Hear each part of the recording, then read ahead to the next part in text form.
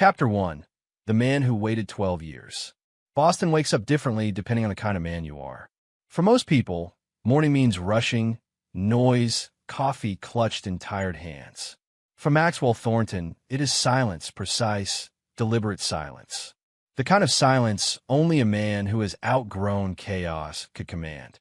Inside his penthouse, overlooking the harbor, Maxwell stood by the floor-to-ceiling windows, hands clasped behind his back, watching the first streaks of red light scatter across the Atlantic.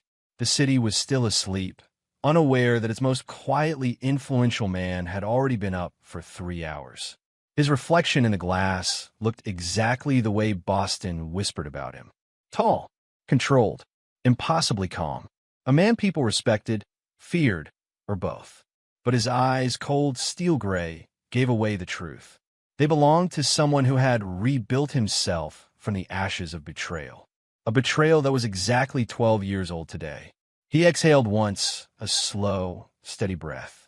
The kind of breath taken by a man who remembers everything. Footsteps approached behind him. "Sir," said his assistant, Harper, a slim woman in her 40s with sharp intelligence etched into every movement. She held a tablet to her chest. "Your 9 a.m. meeting with the Providence investors is confirmed. They're requesting—" "Move it," Maxwell said quietly. Harper paused. "Move to when, sir?" "Next week. I'm not dealing with them today." Harper frowned. "Of course. May I ask?" "No," she nodded. She knew better than to pry.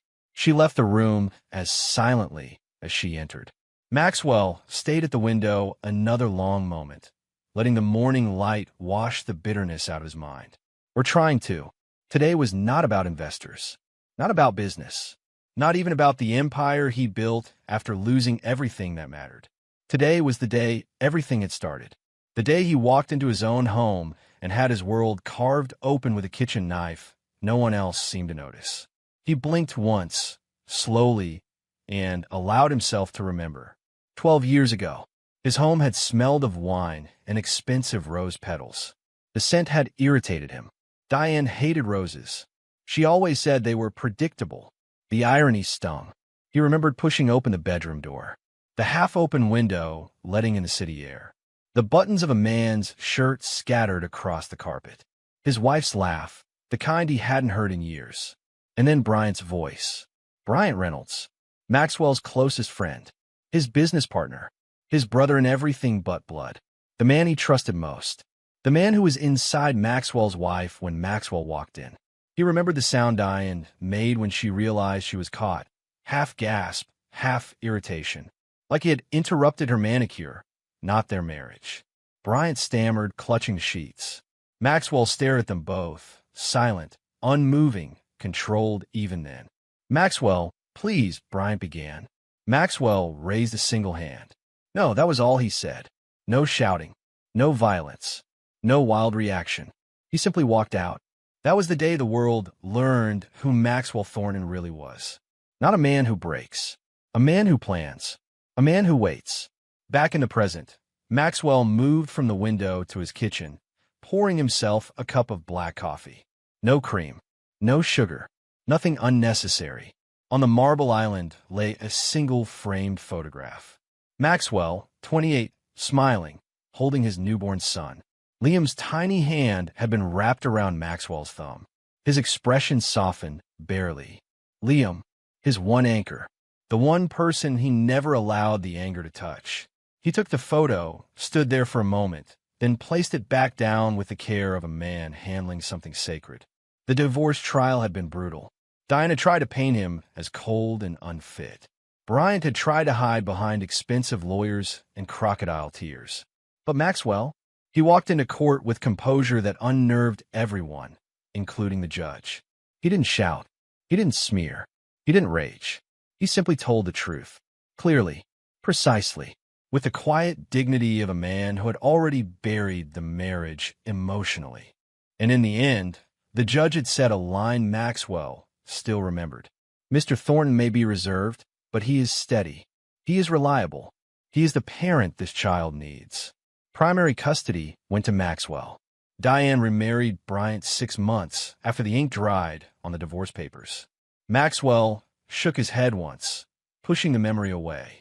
Not because it hurt, those wounds had scarred over long ago, but because it distracted from what he had become since. He had not spent 12 years nursing pain. He had spent 12 years building a plan. The long game.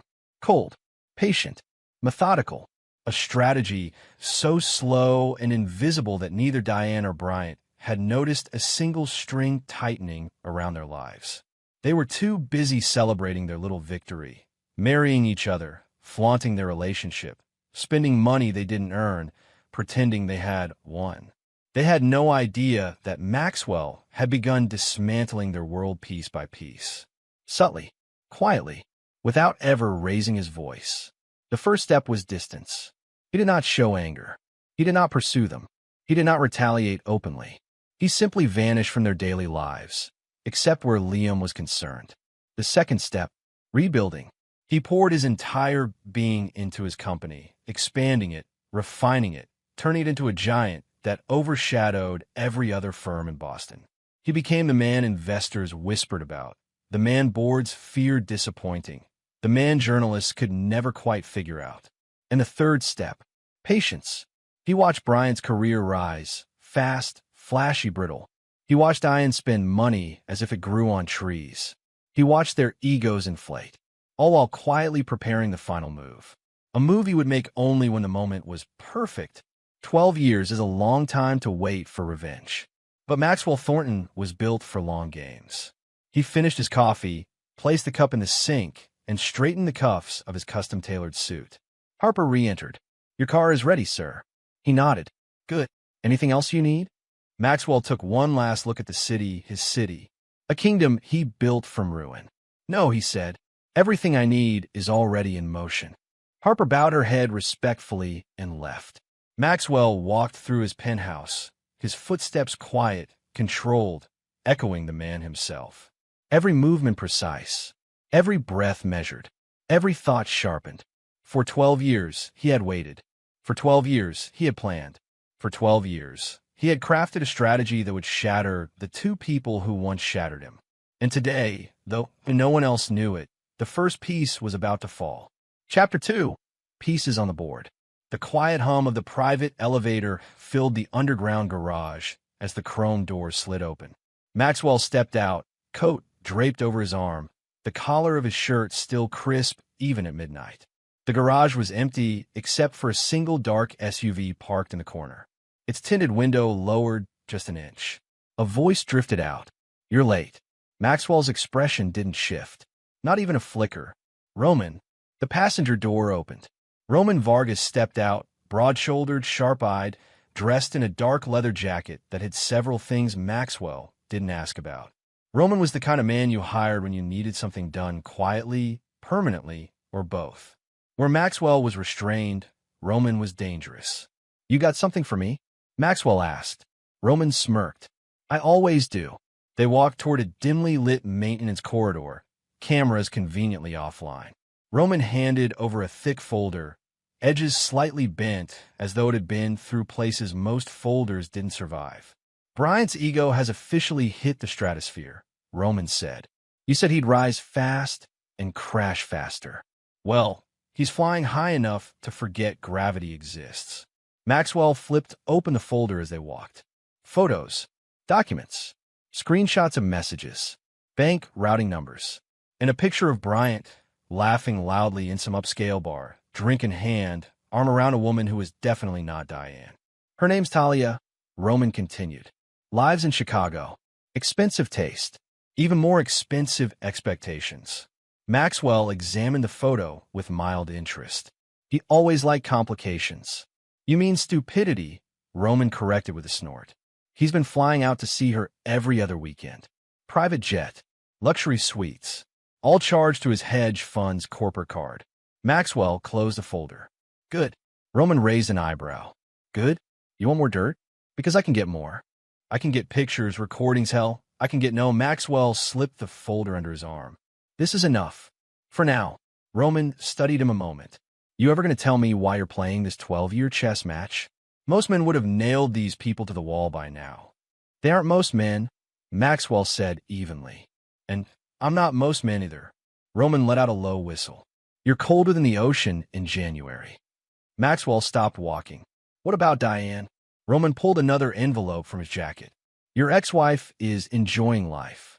If you call burning cash enjoying. Luxury spa memberships, designer handbags, personal trainers, charity galas where she donates more than she has.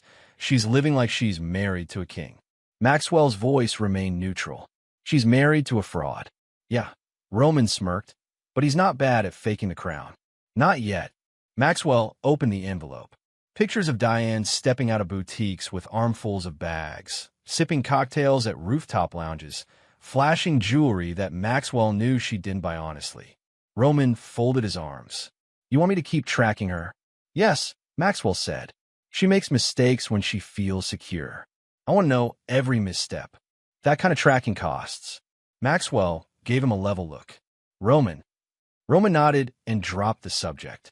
They walked out into the open garage, their footsteps echoing. Anything else? Roman asked. Yes, Maxwell said, slipping the folders into his briefcase. The accounts.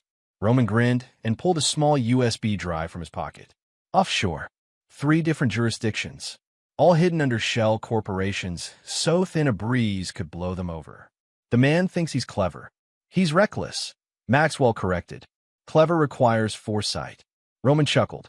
Damn, remind me never to piss you off. Maxwell didn't bother responding. Later that morning, Maxwell sat in his office, an expansive corner suite with floor-to-ceiling windows and a desk made of black walnut, so polished it reflected the city skyline like a mirror. He didn't sit behind it often. He preferred standing, pacing, thinking. Today he stood by the window, holding the same USB Roman had given him. Harper knocked lightly. Sir, the Montgomery representatives are here. Send them in, Maxwell said. Moments later, Franklin Montgomery's son, Elliot, and their real estate advisor, Caroline, entered. Both were impeccably dressed, calm, and very aware they were in the presence of someone who didn't waste time. Elliot extended a hand. Mr. Thornton, thank you for seeing us. Maxwell shook it once. Let's get to the point. Caroline opened her portfolio. We're considering expanding the family portfolio. Hotels, specifically. There's a chain we're evaluating, Delancey Hotels. Maxwell kept his expression unreadable. A valuable asset. Strategic locations. Strong branding. Elliot nodded. You've worked with them before, haven't you? I've consulted, Maxwell said carefully, turning slightly toward the window to hide the faintest hint of a smirk. Consulted. Orchestrated. Influenced. Roman had fed him months of inside intel about the chain. About weak points. About who could be pressured. Who could be bought. Who could be nudged towards selling. The Montgomerys thought they were approaching him. In reality, Maxwell had been steering them here from far away. The chain's value is stable, Maxwell continued coolly, but its management could improve. Caroline leaned forward. Do you recommend acquiring them? Maxwell paused just long enough to look thoughtful. Yes, their strongest property is their Boston flagship hotel. If you own that, the rest follows. Elliot exchanged a look with Caroline. We'll make an offer. Maxwell nodded once. Good. He watched them gather their things, satisfaction tucked behind his calm exterior. This move wasn't about hotels. It was about who owned those hotels and the financial webs tangled around them. Bryant was tied to Delancey's hedge fund investments. If the Montgomerys bought the hotels, they would become part of that ecosystem. A giant in the world Bryant thought he controlled. All Maxwell had to do was tilt the board. Let gravity handle the rest. After the Montgomerys left, Harper slipped inside with a new document. Sir, the shell companies you asked about, the acquisitions are complete. You now have quiet, partial influence over Reynolds Capital's voting structure. Maxwell took the papers without looking up. Good. It's all completely untraceable, she added. Even if someone tried, no one will. Maxwell set the documents down. But thank you. She hesitated. Anything else you need? No, he said. This is enough for now. Harper nodded and left. Maxwell sat, hands clasped, staring at the city as the rain began tapping against the windows. Everything was aligning. Slowly, quietly, without anyone realizing the strings were tightening around them. Roman gathered intel. Maxwell positioned assets. The Montgomerys moved exactly where he guided them. A slow tightening, a quiet orchestration, a trap forming piece by piece, step by step. Not rushed, not loud, just patient, just inevitable. Maxwell closed his eyes. The pieces were on the board, and every single one of them was moving exactly how he wanted. Chapter 3, Liam's Future, Diane's Fury. The elevator chimed softly as it reached the top floor of Maxwell's penthouse. He was in the middle of reviewing a new series of acquisition reports when the door swung open and Liam burst in. Dad, you're not going to believe this, Liam said, breath slightly short from excitement. Maxwell looked up from the papers, lifting one eyebrow. You're smiling so hard it looks painful. Sit before your face collapses. Liam laughed, the same warm, unrestrained laugh Maxwell had heard since his son was a child. He sat opposite Maxwell, bouncing his knee restlessly. Okay, Liam said, inhaling deeply. I'm just going to say it. Lexi and I are engaged. There it was. A simple announcement. Yet something heavy and satisfying settled in Maxwell's chest. He placed the papers down. Congratulations, he said, offering a rare, genuine smile. She makes you happy. That's all I've ever wanted. Liam exhaled, relieved. I thought you'd be shocked. You're 26, Maxwell replied. Old enough to choose your path. Old enough to choose wisely. Liam laughed again, rubbing the back of his neck. Yeah, well, I didn't choose all of it. What do you mean? They want to host the wedding at one of their hotels. The Montgomery family bought the Delancey chain. Maxwell's fingers stilled. Did they now? Yeah, Liam grinned. Lexi's dad said it just fell into place. They got a great price on it. Maxwell nodded slowly, hiding the satisfaction warming his expression. Good choice. Their flagship property is beautiful.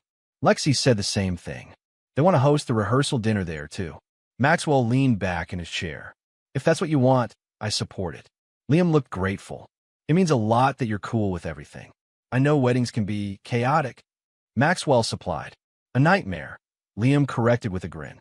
Maxwell chuckled. Fair enough. Liam's phone buzzed. He glanced at it and groaned.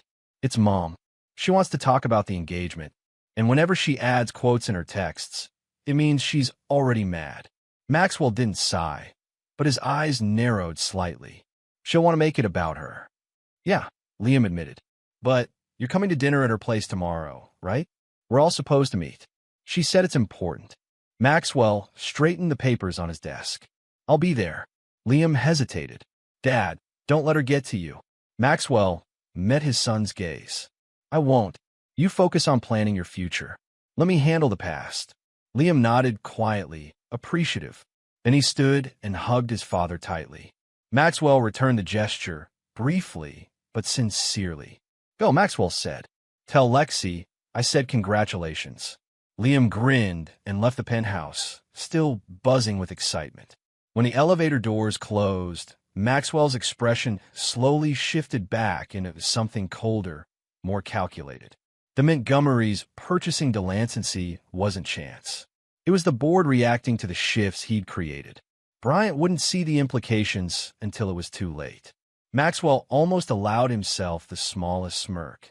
The next evening, Maxwell arrived at Diane's home, an extravagant suburban mansion built with money neither she nor Bryant earned honestly. A Mercedes was parked crookedly on the driveway, and music thumped distantly from inside. He rang the doorbell.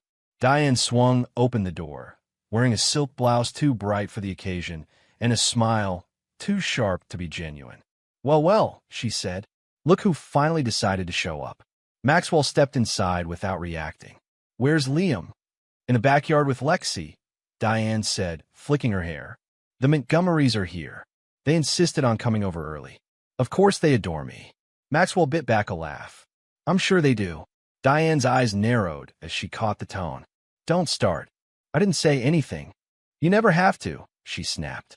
It's the look. Maxwell ignored her entirely and walked toward the back patio, where voices drifted through the open, sliding doors. The Montgomerys sat on plush outdoor furniture, sipping wine.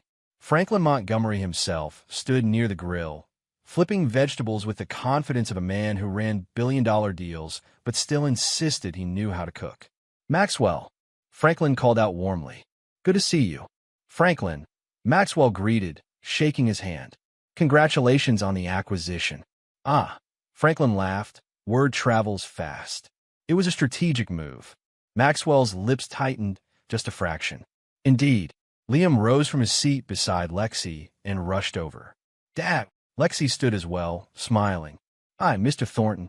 "Lexi," Maxwell said, nodding courteously. "Congratulations." "Thank you." She beamed. Diane appeared behind them, clapping her hands loudly. "Everyone, since we're all here, let's talk about the wedding arrangements." Franklin blinked. "We haven't even eaten yet." But Diane was already in motion. "I think," she announced, "that the mother of the groom should play a central role in planning this wedding." Maxwell's jaw ticked slightly. Liam sighed under his breath, muttering, "Here we go." Diane pointed a manicured finger at Maxwell. "You are welcome to attend, of course.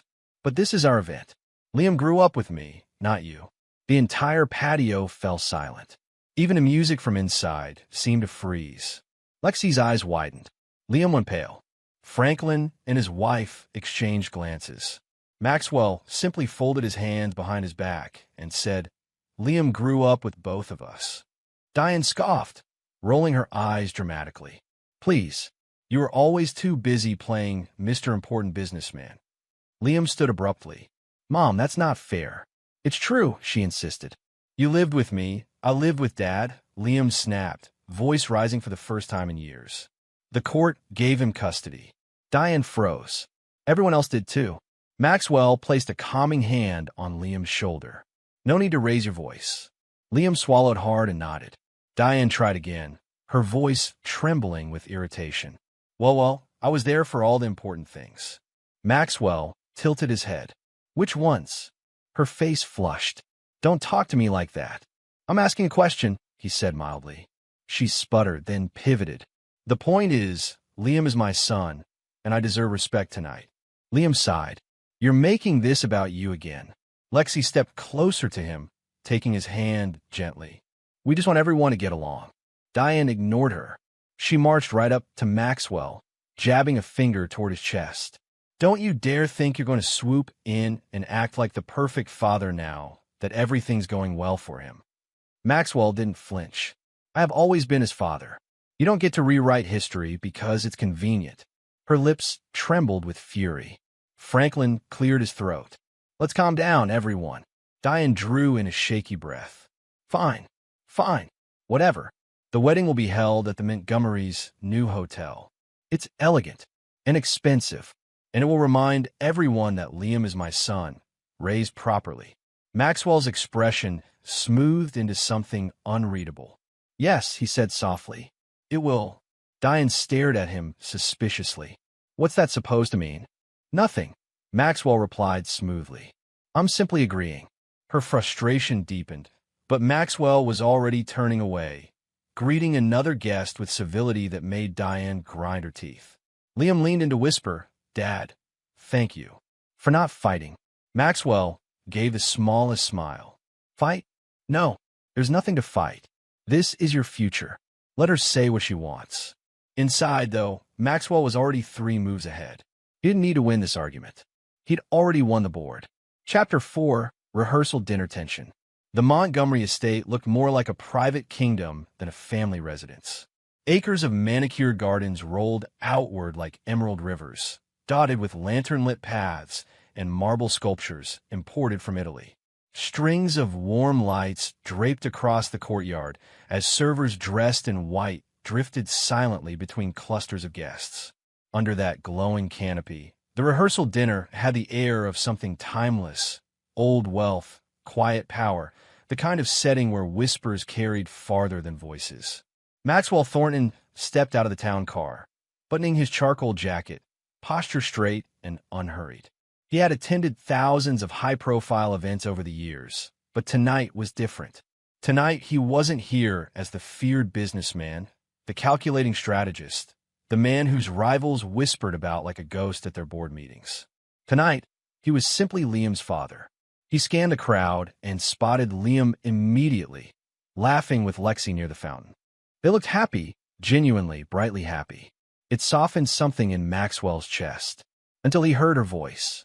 "Oh, look," Diane said loudly, lifting her champagne flute as if making an announcement. "The other parent has arrived." A few heads turned.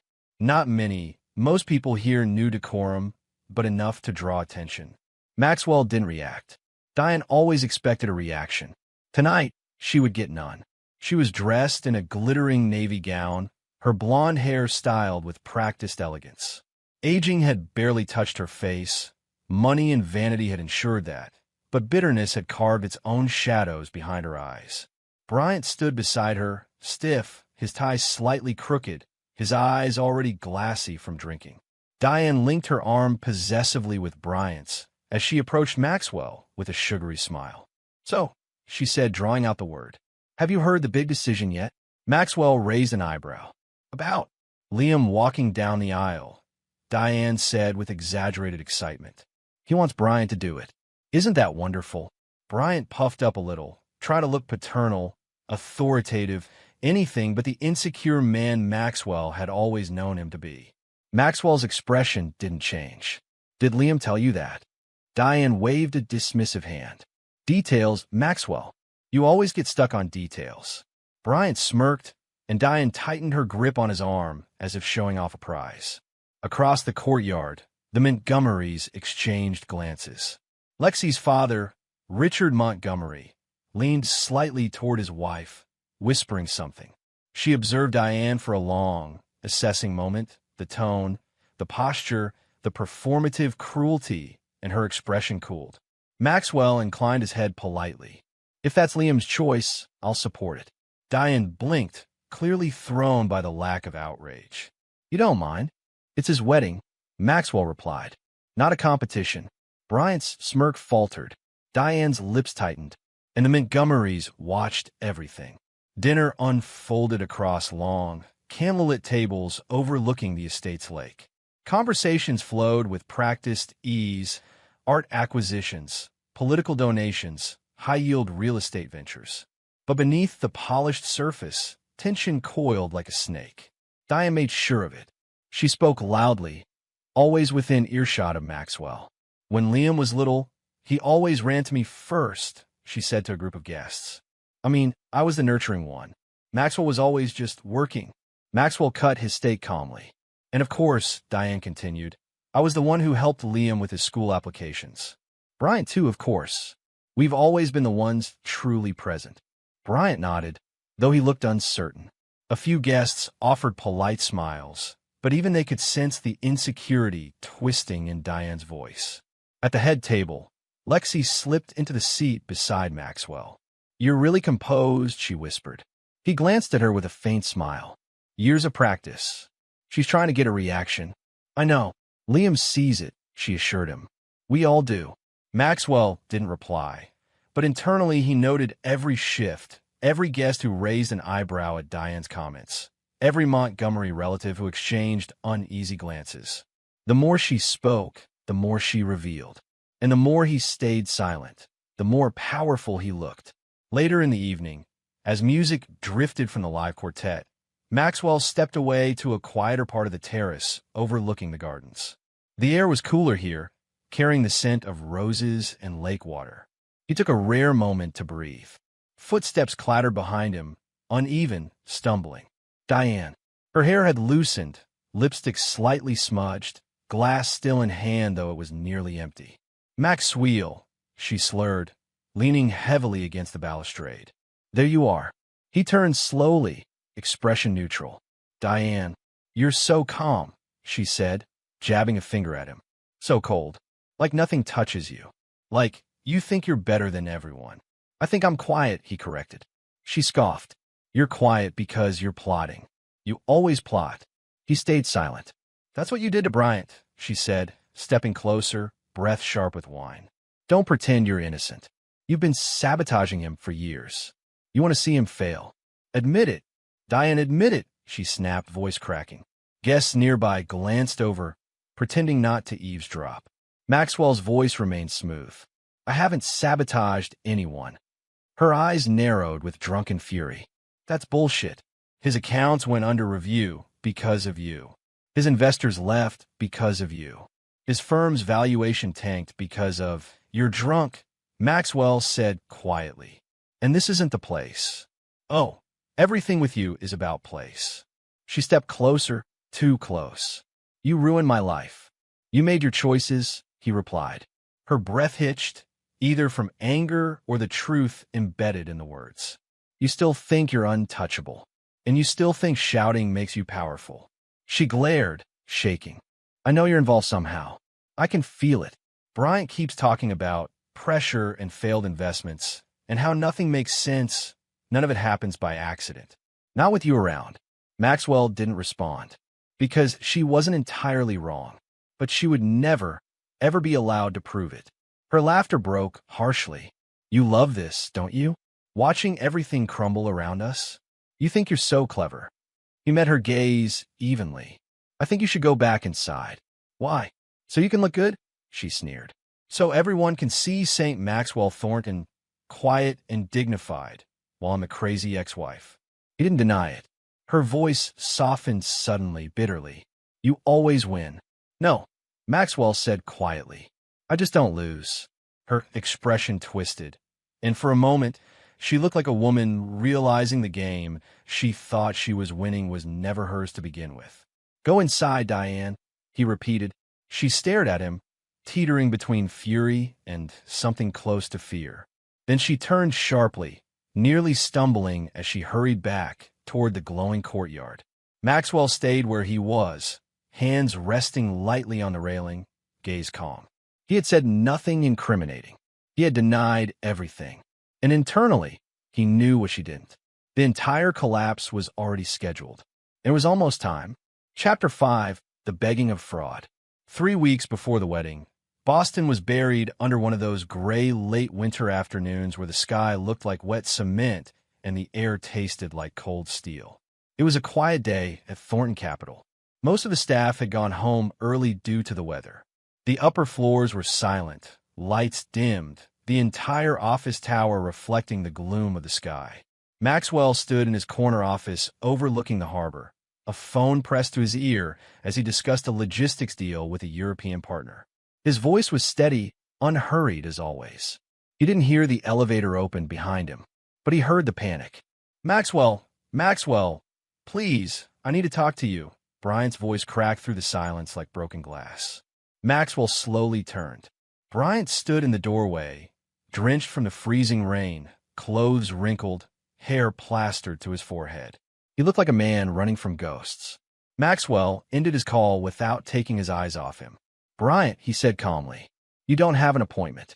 I know, Bryant stammered, stepping inside with the frantic energy of someone whose life was unraveling. I didn't know where else to go. Maxwell watched him with measured patience. Sit. Bryant practically collapsed into the leather chair across from the desk. His hands were shaking, and the wet fabric of his jacket left dark marks on the armrests.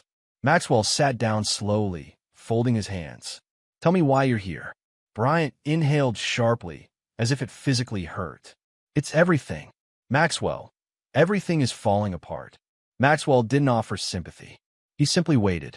Bryant ran a trembling hand through his wet hair. The Montgomery investment, it's collapsing. The valuation dropped 40% in 2 months. They're threatening litigation. The auditors found discrepancies. And the offshore accounts, he stopped, swallowing hard. Maxwell, the SEC, is circling. Maxwell raised an eyebrow. Is that so? Bryant nodded rapidly, eyes wide with desperation. You knew something was off. I know you did. I should have listened when you warned me last year about overleveraging. I thought I could fix it. His voice cracked. I thought I could hide it. Maxwell leaned back. Hide what exactly? Bryant squeezed his eyes shut, shame twisting his face. Fraud, okay? Fraud. I siphoned money through shell routes. He opened his eyes again, wet, frantic. I moved company assets into offshore accounts that weren't exactly legitimate. How much? Maxwell asked coolly. Bryant hesitated. Bryant, Maxwell said softly. How much? $8 million, he whispered. What else? Maxwell's voice was calm, but firm. Bryant winced like he'd been struck. And some of it went to someone. Someone, Maxwell repeated. My girlfriend, Bryant finally spat out, ashamed. From Chicago. Maxwell's face remained unreadable. Diane doesn't know. Bryant shook his head violently. God, no. She'd kill me. She already hates me for losing money this year. If she finds out I supported a mistress using company accounts, she will, Maxwell said quietly. Eventually, Bryant's breath shuddered. He leaned forward, elbows on knees, head in his hands. I know, I messed up. I ruined everything.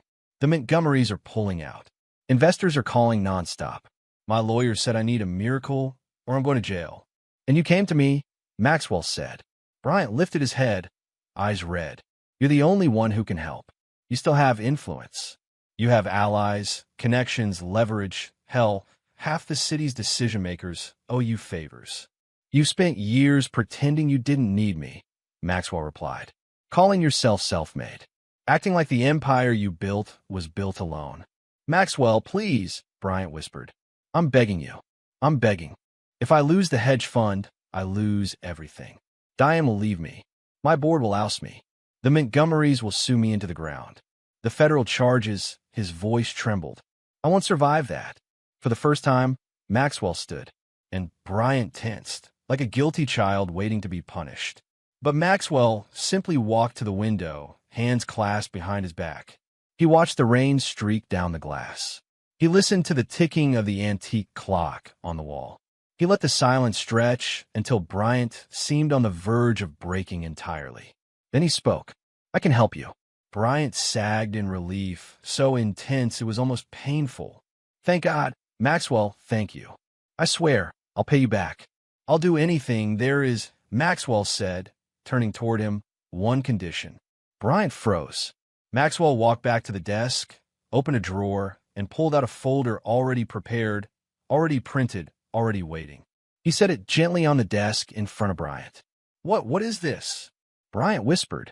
The only thing, Maxwell said, that will convince my partners and allies to support your firm's recovery. Bryant slowly opened the folder. Inside were crisp legal documents, neatly arranged with signature tabs. His face drained of all color.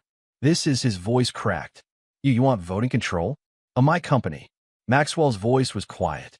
If I am to risk the reputation of my firm to save yours, I will need authority. Full voting rights. I won't micromanage your operations, but I will control the decisions that matter. Bryant shook his head, trembling. Maxwell, that's everything. That's my entire company. No, Maxwell corrected softly. It's what's left of it. Bryant looked down at the papers, then back at Maxwell. You wanted this. All these years, you've wanted this. Maxwell didn't blink. In all these years, you assumed I wasn't capable of taking it. Bryant stared in horror and realization, too late. Do you want my help or not? Maxwell asked. Bryant clutched the arms of his chair, breathing hard. If I sign this, I'll have nothing left. You'll have freedom, Maxwell replied. Possibly immunity. Maybe a marriage that survives, if you're lucky. If you don't sign, he paused. You'll lose everything anyway, including your freedom. Bryant's hands shook as he looked at the pen resting beside the documents. He picked it up. His voice wavered. Maxwell, please tell me you're not doing this to punish me. Maxwell leaned forward slightly. I'm doing exactly what you asked for. Helping you. Tears welled in Bryant's eyes. Not emotional tears, but the kind born from sheer terror. Then he signed. Each stroke of his pen was slow, shaky, final. When he finished, he set the pen down, hands trembling violently. It's done, he whispered, sounding hollow. God, it's done. Maxwell took the documents, placed them neatly back into the folder, and closed it with surgical precision. The trap, Maxwell said silently in his mind, is sealed. And Bryant, broken, desperate, unaware of the magnitude of what he'd just given away, leaned back in his chair and exhaled like a condemned man who had just signed his own sentence. Chapter 6, Wedding Morning. Calm before ruin. Morning broke over Boston with a soft, golden haze, an almost cruel contrast to the storm that Maxwell Thornton knew was waiting just beneath the surface of the city. But this morning wasn't about revenge. Not yet. Today was Liam's day. Maxwell stood in his walk-in dressing room, fastening the cufflinks on his charcoal gray suit. No flashy colors, no unnecessary accessories. Just the clean precision of a man who understood that power never needed to raise its voice. He adjusted the sleeves, then smoothed the front of his jacket. His movements were steady, unhurried. Every action felt like part of a ritual, measured, inevitable, almost ceremonial. On the dresser beside him was a small velvet box. Inside lay a vintage silver tie clip engraved with 3 tiny initials. LTT Liam Thomas Thornton. Maxwell turned the clip over in his hand, thumb brushing the engraving. A faint smile tugged at the corner of his mouth, small, genuine, the kind he rarely allowed anyone to see. "This day is yours," he murmured under his breath, imagining his son's nervous, excited face. "Not mine." As if summoned by the thought, his phone buzzed. "Roman," Maxwell answered, pressing the receiver to his ear. "Morning," Roman said, his voice quiet but buzzing with the electricity of everything set in motion. In the background, Maxwell heard the faint hum of computer servers and clicking keyboards. Roman must have been at one of the safe locations. Status update as requested. Maxwell fastened the tie clip into place. "Go ahead. Evidence package A is primed for the Montgomery family," Roman reported. "Financial statements, offshore routing maps, transaction histories, everything formatted clean, time-stamped, cross-verified." "Good. Package B for the authorities is queued. Email servers are loaded, pre-scheduled. One command will push everything directly to the district attorney's office, SEC contacts, and the FBI's Financial Crimes Unit." A beat of silence. Roman added, "Everything's ready, Max." Maxwell straightened the knot of his tie, ensuring it sat perfectly centered. "Good work. And the physical copies?" "In the black case," Roman replied. "Locked. Number code, set to your confirmation digits. It's in my car, won't leave my sight." Maxwell nodded once, though Roman couldn't see him. "And Diane and Bryant?" Roman gave a short, dry laugh. "Diane booked a $600 hair appointment for this morning and posted 3 feeling blessed photos on social media. At 6 a.m. Bryant hasn't left the hotel suite since last night. His lawyer texted him 6 times. He hasn't opened any." Maxwell didn't respond. Roman's tone softened. "You sure you want to do this today? You could wait until tomorrow, avoid the scene." "Tomorrow isn't the point," Maxwell replied calmly. "Today is the day all the pieces intersect." Roman exhaled slowly. "Understood. But your son, does he know anything?" "No," Maxwell said immediately. "And he won't. Not a word." "Fair enough." Roman paused. "He's a good kid. Max looks up to you more than he admits." The faint smile returned. "I know. Just make sure the storm touches the right people." "It will," Maxwell answered. "Liam will have nothing but a good memory of today." Roman never questioned him again. "I'll be nearby the hotel. Ping me if you need anything. Drive safe." Maxwell ended the call. He stepped out of his dressing room, crossed his penthouse living room, and paused for a moment at the large window overlooking Boston Harbor. The water reflected streaks of sunlight, shimmering like nothing bad had ever happened there. Like the world was clean. Maxwell breathed in deeply. Calm, measured, certain. He grabbed his coat, slipped into polished black shoes, and headed toward the private elevator. As he rode down from the penthouse, he checked his watch. 8:17 a.m. Liam's wedding would begin at noon, and Maxwell intended to arrive early, before guests, before chaos, before Diane had the chance to make anything about herself. When the elevator doors slid open into the parking garage, his driver, Mateo, was already standing ready beside the car. "Morning, sir," Mateo greeted with a slight bow. "Congratulations on your son's big day." Maxwell nodded. "Good morning." Mateo opened the back door. Maxwell slid in, adjusting his jacket as the car hummed to life and glided out of the garage. Boston swept past the windows, brick buildings, early morning vendors setting up food carts, couples walking dogs, the skyline glittering in the rising sun. A peaceful tableau, unaware of the seismic shift quietly preparing to erupt by afternoon. Maxwell rested his elbow against the door and stared out, deep in thought. He didn't think about Bryant, or Diane, or the years of planning. He thought about Liam. He remembered teaching him to tie his first tie, walking him to school on rainy mornings, sitting in the bleachers at school games, watching him grow into a man Maxwell respected. The thought softened him. This day was not about vengeance. It was about Liam's new beginning. The car turned a corner, approaching the Delancey Grand Hotel, a freshly renovated, expensive venue owned by the Montgomery family, one that Maxwell himself had subtly nudged them into acquiring years ago. The building gleamed with glass and clean architectural lines. The valet staff were already lined up. Floral arrangements were being carried through the entrance. A team of decorators adjusted ribbons and banners along the outdoor arch. It was beautiful, elegant, worthy of Liam. Mateo pulled up to the curb. "Would you like me to wait in the lot, sir?" he asked. "Yes," Maxwell said. "Stay close." Mateo nodded. Maxwell stepped out of the car, the morning breeze brushing against his suit.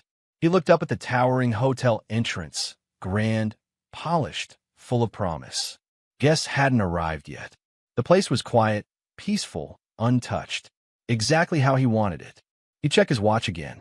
8:42 a.m. He was early. Perfect.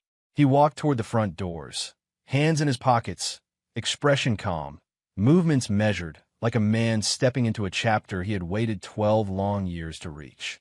Inside, the lobby was warm, filled with the soft scent of lilies and fresh linen. Staff bustled quietly. A few Montgomery planners were reviewing schedules. Maxwell nodded politely to them, then headed toward the private lounge reserved for the groom's family. He didn't intend to disturb anything. He didn't intend to speak about anything serious. He didn't intend to alter the peace of the morning. This was Liam's day, and Maxwell Thornton had every intention of keeping it untouched, right up until the moment the world forced his hand. Chapter 7. The Entrance Blockade. The hotel shimmered in the morning light, its glass facade reflecting the buzzing excitement that usually surrounds weddings. Guests in polished suits and pastel dresses flowed toward the entrance in clusters, chattering, laughing, adjusting ties, and fixing lipstick. It was supposed to be a day built on elegance, perfect photos, perfect decor, perfect smiles. But the moment Maxwell stepped out of the car and reached the front walkway, a storm brewed beneath the manicured surface. He had arrived early deliberately, not to draw attention, but simply because he didn't want to miss a single moment of his son's big day. He adjusted the cuffs of his charcoal suit and inhaled softly, preparing himself for the usual tension that came with being near his ex-wife. That was when the shrill, familiar voice sliced through the air. "Maxwell!" Head swiveled. The hotel staff glanced up. A few guests stopped walking, sensing drama the way sharks smell blood. Diane stormed toward him like she owned the entire building. Her heels clicked sharply against the marble, her designer gown sweeping behind her like a cape. Her face was tight, lips pressed into a cruel line, eyes blazing with contempt. Before he could greet her, she jabbed a finger into his chest. "You have some nerve showing up here." Maxwell stayed still, expression unreadable.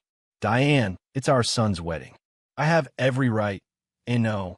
Her voice shot upward, loud enough to freeze the entire entrance.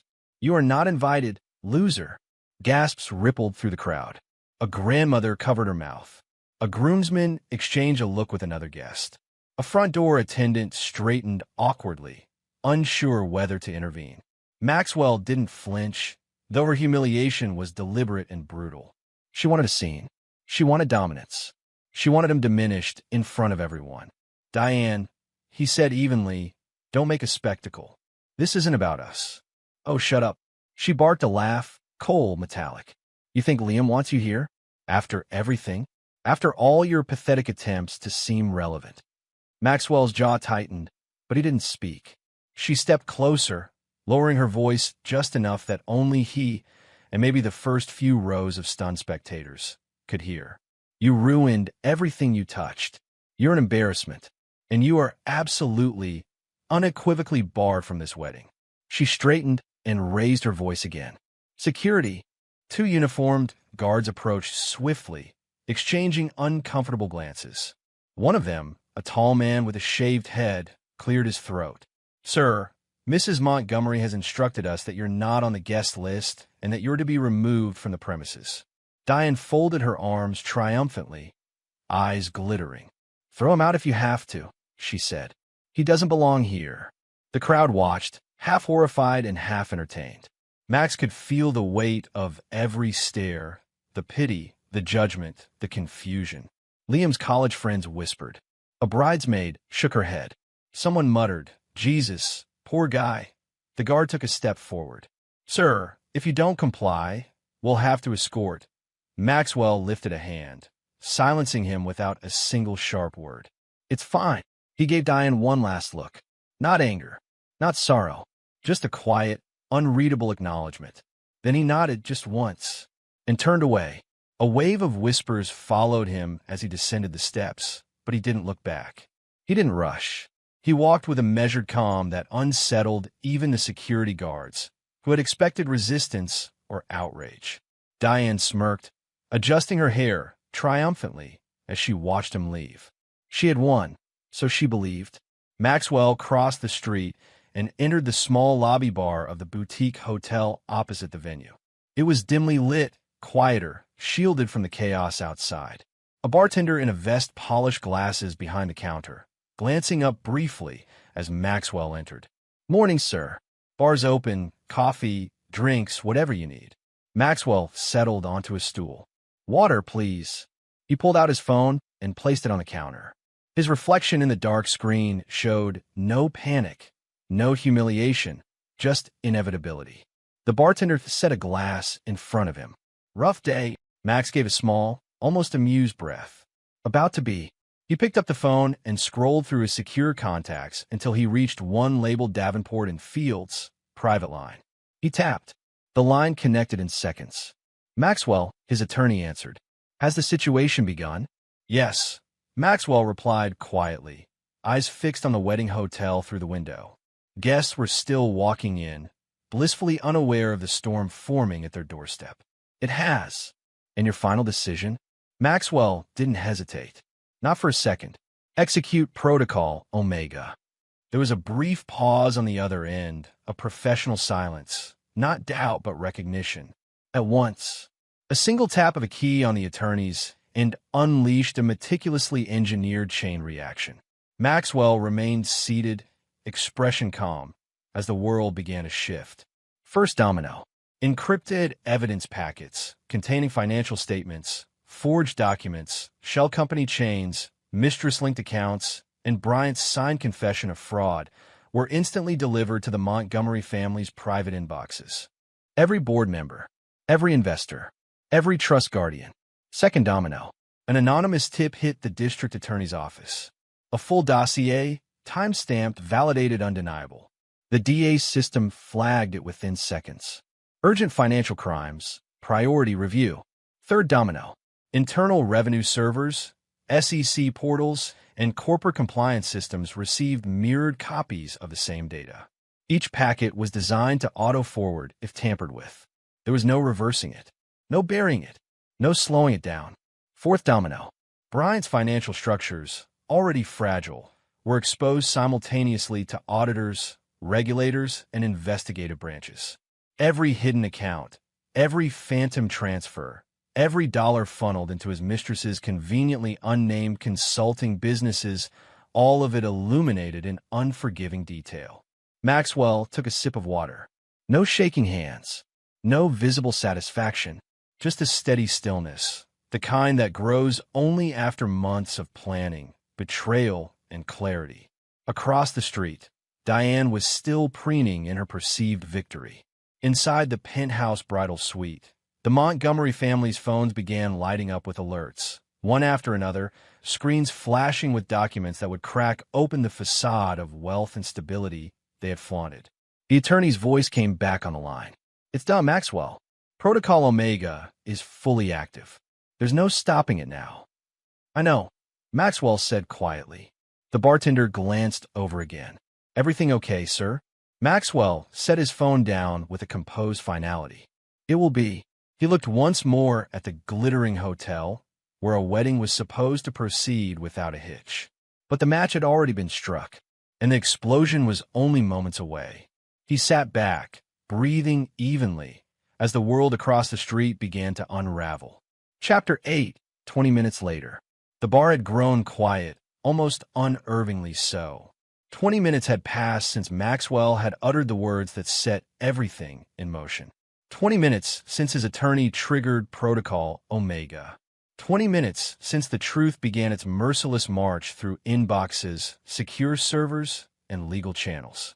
Maxwell sat alone, the condensation on his untouched glass of water slowly pooling in a circle on the counter. He watched the wedding hotel across the street through the bar's tall windows. It was no longer buzzing with unbothered excitement. Movement had changed. People were rushing now instead of strolling. Phone screens glowed in tight huddles. Staff whispered urgently. Something was breaking, and it was breaking fast. He checked the time. Exactly 20 minutes. Right on schedule. The bar doors suddenly slammed open with such force that even the bartender flinched. Maxwell, standing in the doorway, was Franklin Montgomery, father of the bride, patriarch of one of the wealthiest families in the state. His face, usually a firm, golf-tanned shade, was now a ghostly white. Sweat clung to his temples, and his tie hung crooked as if he'd yanked at it in panic. He spotted Maxwell instantly and stormed toward him, weaving between tables, ignoring startled guests. "You," he bellowed. "What the hell did you do?" The bartender instinctively stepped back, unsure if he should intervene. Franklin slammed both palms on the bar counter. "What did you do?" "The marriage is off." The bar went silent. A couple at a corner table paused mid-sip. Even the bartender held his breath. Maxwell didn't move, didn't flinch.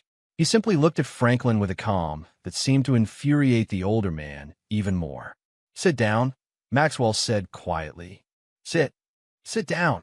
Franklin looked moments away from exploding. His voice cracked with panic. "My daughter is upstairs crying her eyes out. Her mother is hysterical. The pastor is threatening to leave, and your little stunt just blew up the goddamn wedding." Maxwell gestured to the bar stool beside him. "Sit. Where are you going to pass out?" Franklin hesitated, swayed even, and then slammed himself onto the stool. His breath came in ragged bursts. He ran a shaking hand through his hair. "What did you do, Maxwell?" he whispered, the anger leaking into desperation. "My God, what did you unleash?" Maxwell rested his folded hands on the counter, his demeanor a stark contrast to the chaos unraveling outside. "Nothing," he said. "I didn't unleash anything new. I just revealed what was already true." Franklin blinked. "What in God's name is that supposed to mean?" "It means," Maxwell began evenly, "that your future son-in-law, Bryant, has been stealing from you."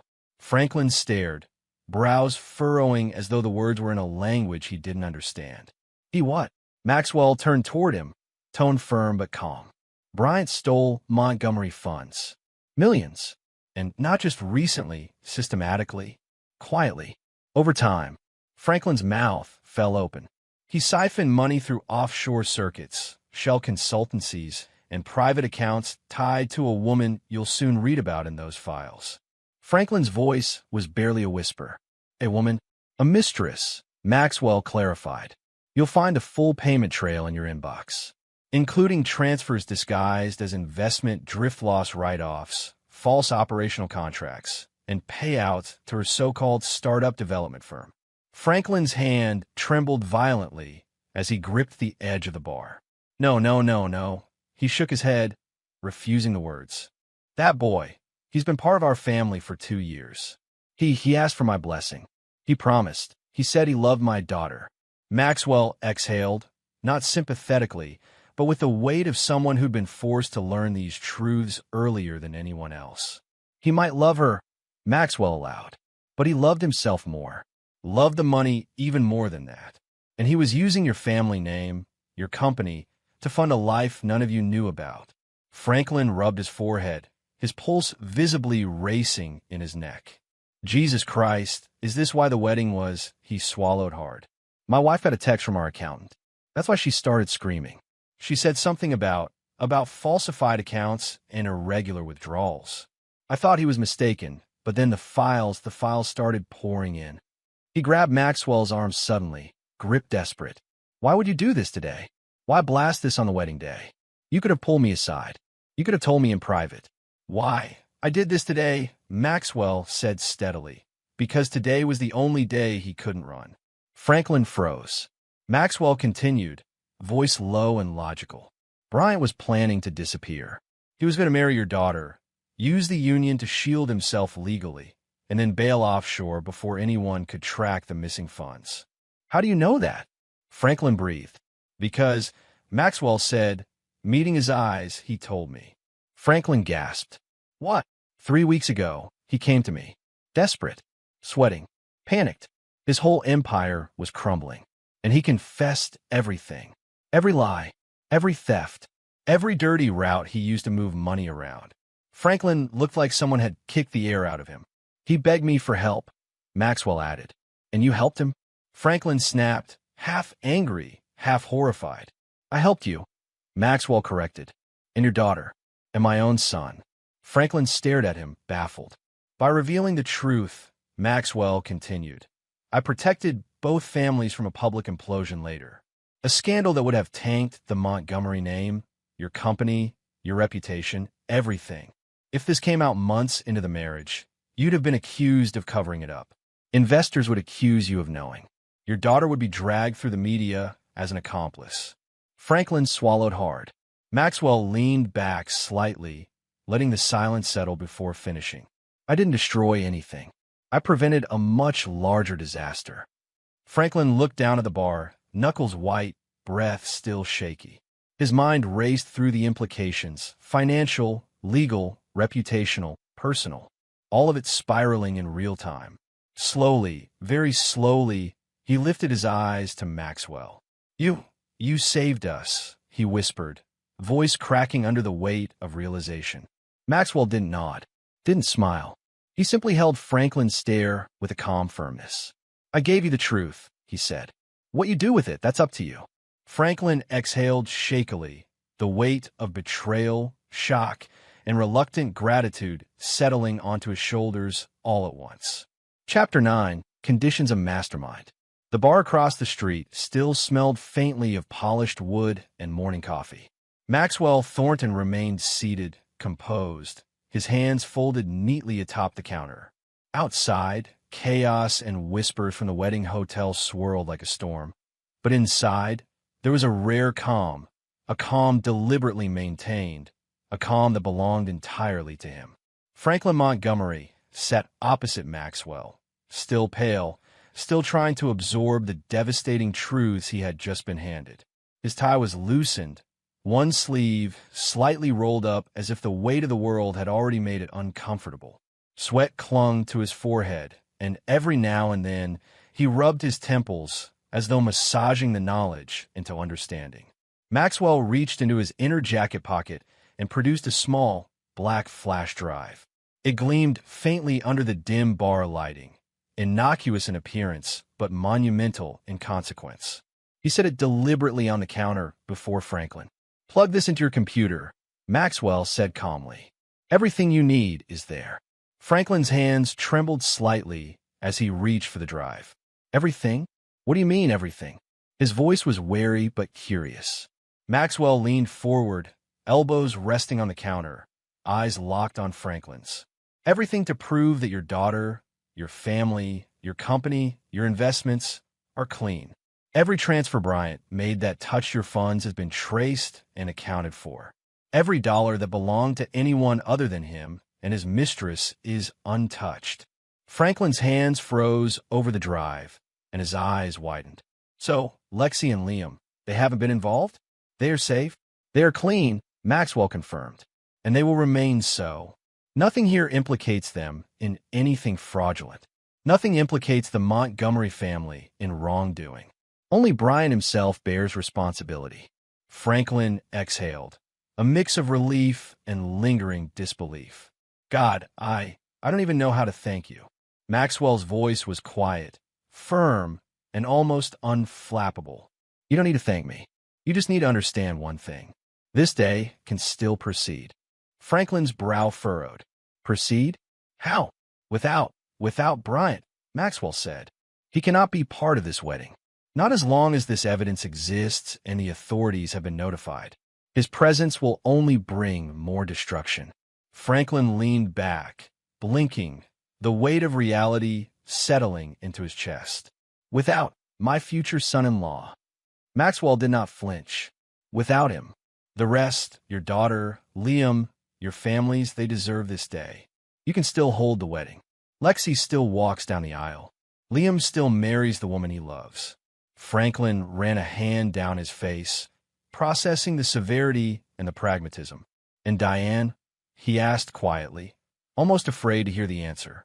Maxwell's eyes darkened slightly, the first shadow of hardness creeping into his calm. Diane has a choice. She can conduct herself like a guest, or like a wife following a husband who is about to face full legal exposure. The choice is hers. She can walk gracefully today or risk walking with Bryant straight into ruin. Franklin swallowed hard, the flash drive now clutched tightly in his hand. She'll hate you for this. Maxwell shrugged slightly, a small motion that betrayed nothing. She already does. That is irrelevant. My concern is protecting those who deserve protection. And, importantly, timing the consequences so that her actions or inactions cannot harm Liam. Franklin's gaze shifted, his mind racing to comprehend the full implications. He looked at Maxwell, the calm, unyielding, icy figure who had orchestrated every move with precision. Every look, every word, every silent pause had been calculated, and he realized, slowly and with some awe, that he was staring at a man who had played a game over decades, who had never lost sight of the end goal. I see, Franklin said softly, almost reverently. You've been planning this for a long time. Maxwell inclined his head. 12 years precisely. Every step, every patience-tested maneuver, all of it led to today. The timing, the evidence, the protection, it is deliberate. Nothing is accidental. Franklin nodded slowly, the realization settling into his chest like a weight he was suddenly proud to bear. And in the end, you protected my daughter. Liam. Us. All of us. Yes, Maxwell said simply. I ensured that only the guilty bear consequences. That only the responsible, Bryant, faces accountability. Everyone else remains unscathed. Franklin exhaled, running a hand across his jaw. His mind flashed to the bride upstairs, Lexi, blissfully unaware of the near catastrophe. He thought of Liam, the way he had grown, the man he had become. And then he thought of Maxwell, the figure who had quietly ensured this day could still have its joy despite the storm just beyond the glass. You truly are a mastermind, Franklin said, almost in a whisper. A patient, cold, calculated genius. I think I understand the long game now. Maxwell allowed a faint, subtle nod, but no pride colored it. This was not a moment for him to bask in recognition. This was a moment to reinforce understanding, to set the conditions clearly before the next moves. Now, Maxwell continued, gesturing toward the flash drive, you make the necessary preparations. Inform your family discreetly. The wedding can proceed. Lexi and Liam deserve that. Bryant does not. Diane has a choice. Franklin's fingers tightened on the flash drive. And this will protect them? Absolutely. Maxwell's eyes locked on his. It will protect them. If handled properly, no one else will be touched by the consequences of Bryant's actions. No one except him and his mistress. Everyone else walks away clean. Franklin exhaled slowly, the tension draining from his shoulders just slightly. He set the drive down carefully in front of him, as if it were the most valuable object he had ever held. I understand, and I accept your conditions. Maxwell didn't respond verbally. Instead, he observed Franklin as the older man processed the implications of the day, of the evidence, of the protection offered. There was a moment of mutual recognition, a silent acknowledgement that Maxwell had played the long game and that it had worked. Franklin looked up finally, eyes meeting Maxwell's, and in that brief exchange, a tacit agreement was formed. The conditions were clear. The wedding could continue, Bryant would be removed from the equation. Diane had a stark choice, and the families, protected by one man's calculated orchestration, would emerge intact. Franklin sat back, his face pale but resolute. There was no applause, no fanfare, just quiet understanding, respect, and a deep, inward acknowledgement. Maxwell leaned slightly back in his chair, his gaze unbroken. He had done exactly what he intended. The board had been set, the pieces aligned, and all that remained was for others to act according to the parameters he had dictated. Chapter 10: Arrest and Collapse. The lobby of the Delancey Grand Hotel, once a scene of polished luxury and excited chatter, had become a stage for chaos. The crystal chandeliers refracted the morning light across marble floors now marked by hurried footsteps and whispered panic. Guests froze mid-conversation, staff halted in mid-motion, and the wedding planners exchanged wide-eyed, helpless glances. The source of the upheaval was unmistakable. Bryant Reynolds. He was being escorted out, handcuffed, flanked by 2 uniformed officers.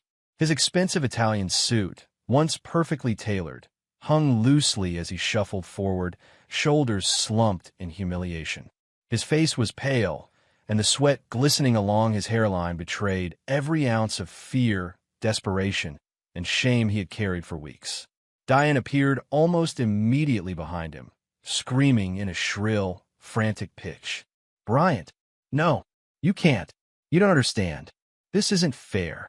Her heels clacked sharply against the marble as she surged toward the officers, arms outstretched. "Stop. You can't take him. He can't. He's my husband. He's mine." Security intercepted her instantly.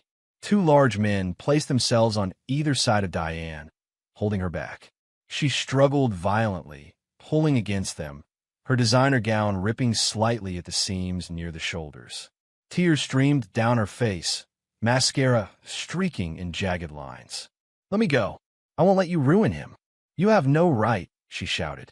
Her voice rang throughout the lobby, the combination of panic and fury cutting through the earlier soft murmur of wedding guests. Bryant's eyes darted between Diane and the officers, pleading silently. He opened his mouth, then closed it again. For once, he had nothing to say. His authority, his charm, his carefully constructed empire, all stripped away in the span of a few moments. The officers guided him past clusters of stunned guests, past the wedding planners frozen in disbelief, and finally toward the service entrance. He stumbled slightly, glancing back at Diane, then at the Montgomery family standing in a tense line near the center of the lobby. His betrayal was laid bare. The evidence had spoken louder than words. Diane's shrieks grew higher, more desperate. "No, I won't. Let me go. I'll follow him. One of the security men tightened his grip. "Ma'am, please calm down. You cannot interfere. You need to step back." "I don't care," she yelled, thrashing against them, claws of panic reaching for Bryant's arm. "I don't care. This is our life. You can't take it."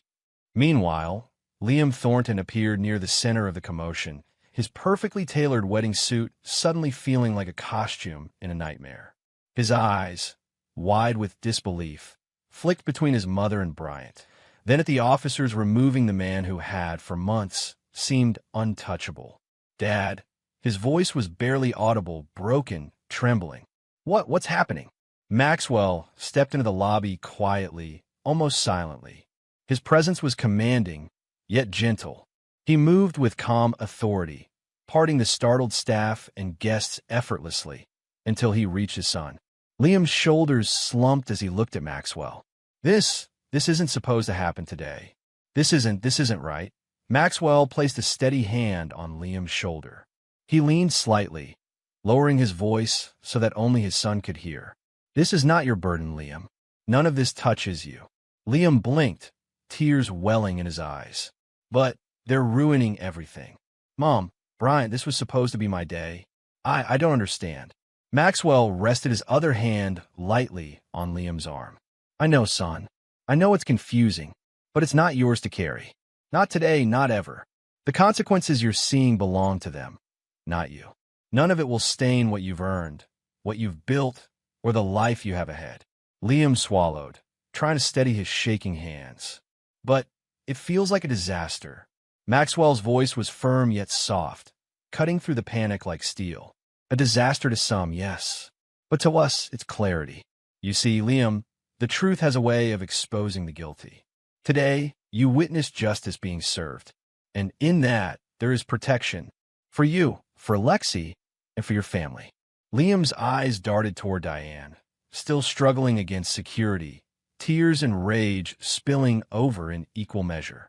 Then he looked back at Maxwell, searching for a beacon of certainty.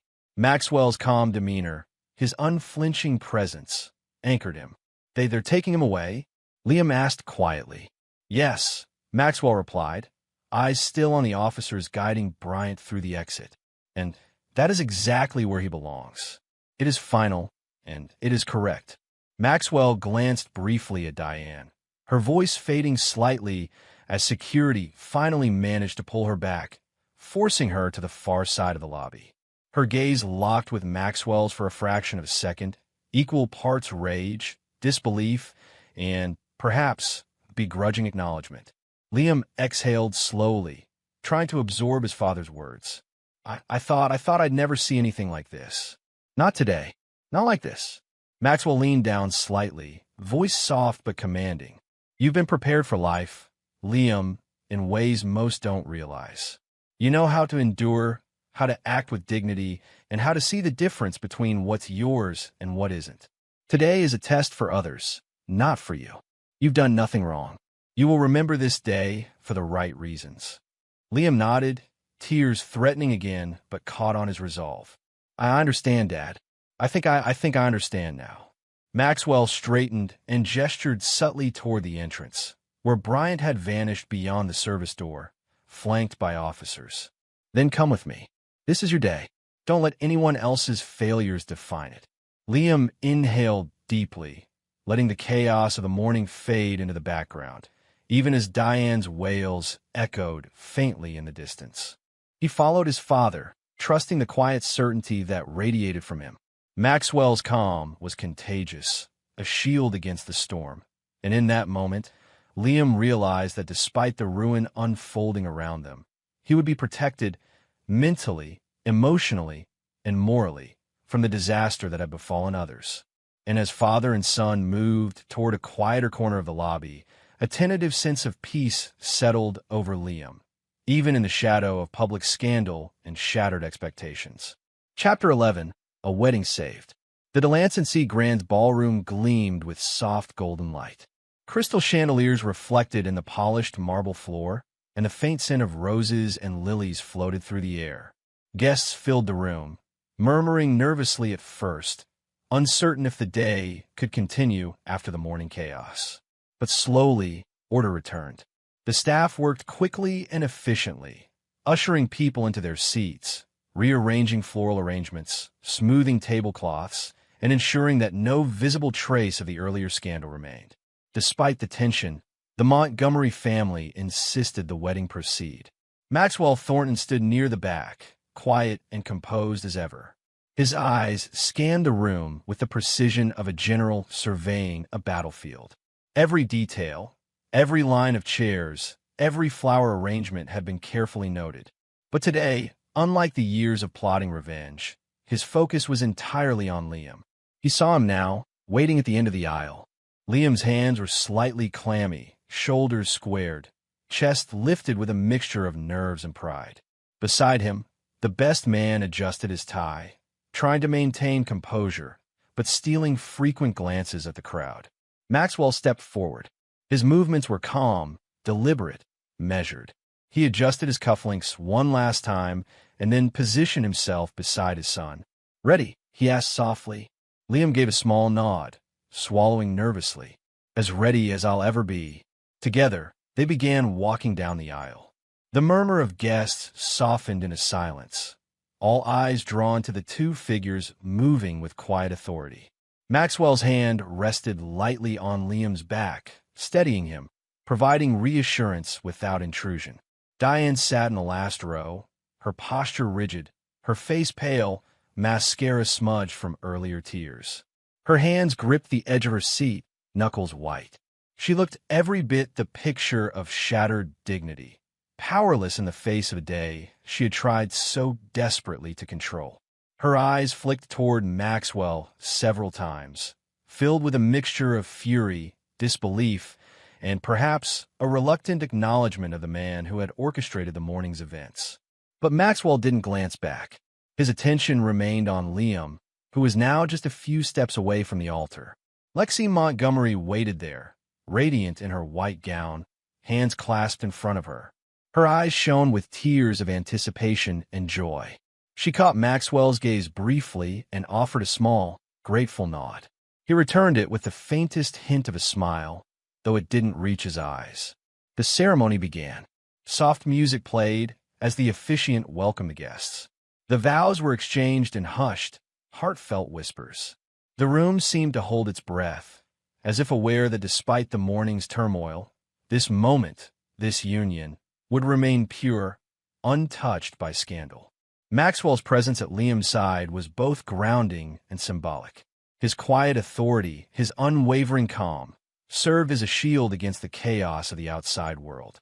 Every step he had taken over the past 12 years, every calculated move, had been to ensure this very moment could occur without compromise. When the officiant pronounced Liam and Lexi husband and wife, applause erupted. Guests cheered, some standing, some wiping away tears.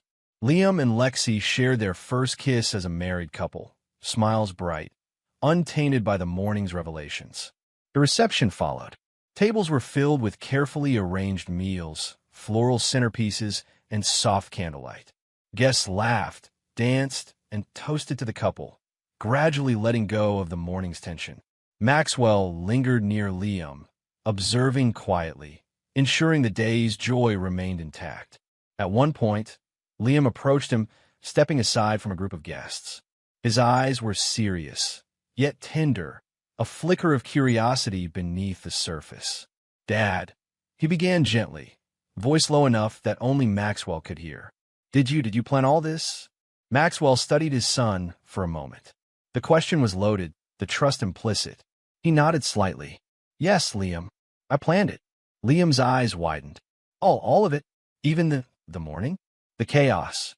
All of it," Maxwell replied calmly, voice steady, unwavering. "Everything. I did it to protect you." Liam took a small step closer, voice tinged with awe and disbelief. Even Mom?"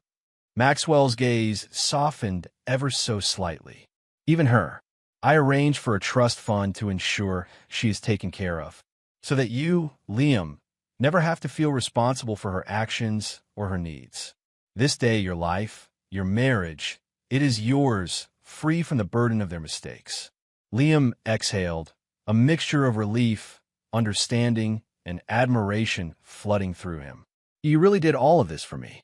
Maxwell inclined his head slightly, not with pride, but with certainty. "I will always protect you, no matter what it takes.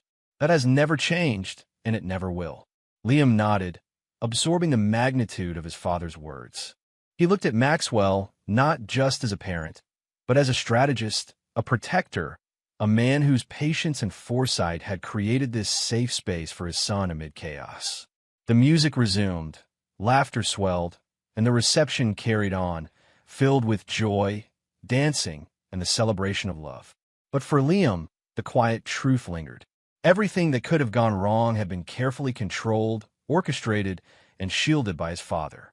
He glanced at Diane, seated alone at the far end of the room, and then back at Maxwell. He understood now. Everything, every move, every decision, every silent calculation had been for him. Liam felt a mix of gratitude and awe, a profound sense of security that only a father's deliberate protection could provide. And in that moment, amidst music, laughter, and celebration, Liam felt truly free, free to enjoy the day he had dreamed of, free from the shadow of others' mistakes, free because Maxwell Thornton had ensured it. Chapter 12, Final Checkmate. The ballroom hummed with celebration, a sea of laughter, clinking glasses, and soft music that wrapped around the guests like a warm embrace. The morning's chaos seemed a distant memory now, tucked away behind the shimmer of chandeliers and the polished perfection of the reception.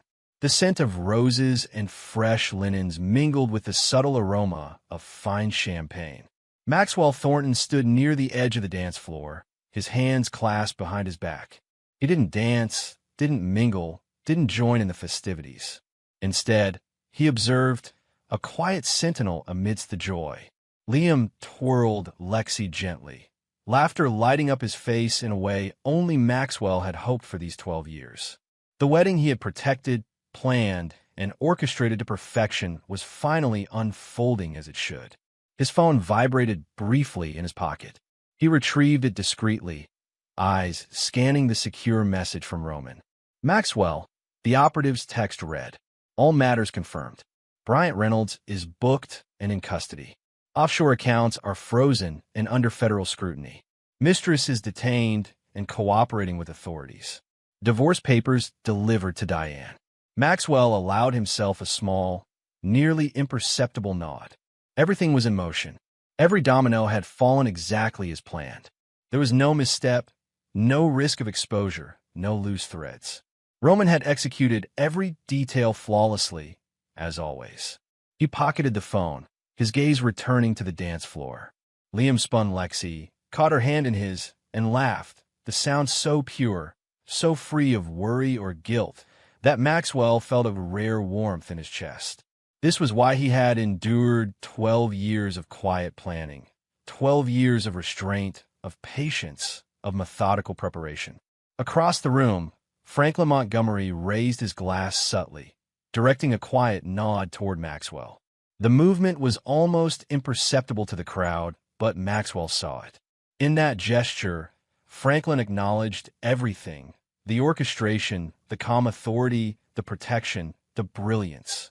He understood, without a word, that Maxwell had kept a powder keg from exploding and had preserved the sanctity of this day.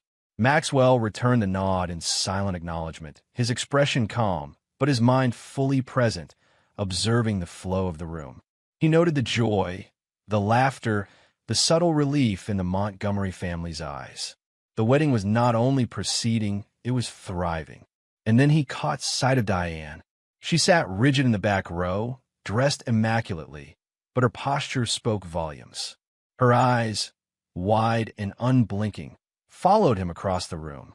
There was no apology, no remorse, no attempt at reconciliation. Only recognition. Recognition of the man who had dismantled her world, piece by piece, with precise calculation and unyielding patience. Her lips pressed into a thin line, and a flicker of something almost like fear, or perhaps grudging respect, passed through her gaze. Maxwell didn't react to her stare. He didn't need to. The point had already been made. 12 years of betrayal, plotting, and silent observation had culminated in this singular moment of justice and protection. He watched as Liam and Lexi glided across the dance floor. The guests clapped in rhythm with the music, a celebration of love untouched by deceit. Maxwell's chest felt lighter than it had in more than a decade. This was the peace he had been working toward, the moment where patience, precision, and strategic foresight finally paid off. He sipped from a glass of water, carefully ignoring the champagne flutes passing nearby. The quiet satisfaction of a plan executed flawlessly did not require celebration. It required observation, understanding, and reflection. He had protected his son, preserved the honor of the Montgomery family, and ensured that only the guilty bore the consequences of their actions. Roman appeared briefly at the edge of the room, leaning in close enough for Maxwell to hear. "Everything is confirmed. Orders followed. No loose ends.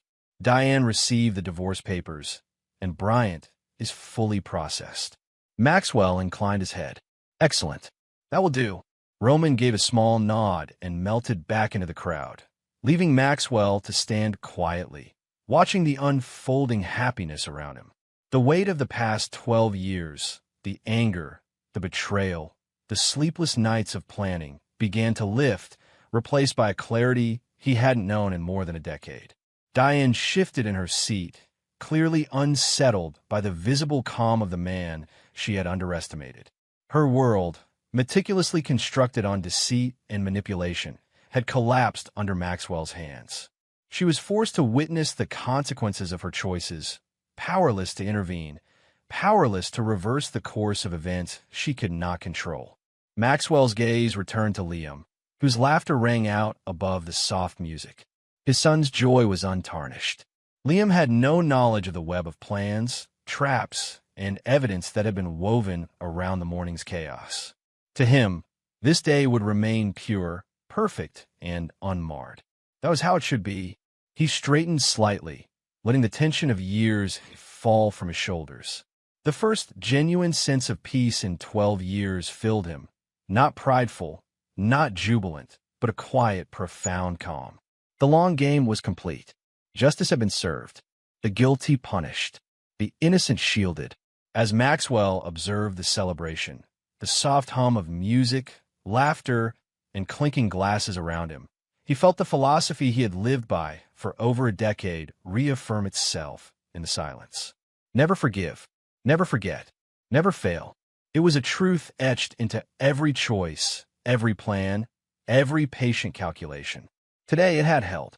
Today, the world was exactly as it should be. Maxwell Thornton, at long last, allowed himself to simply watch and exist in the moment he had so meticulously engineered. And for the first time in 12 years, he felt complete.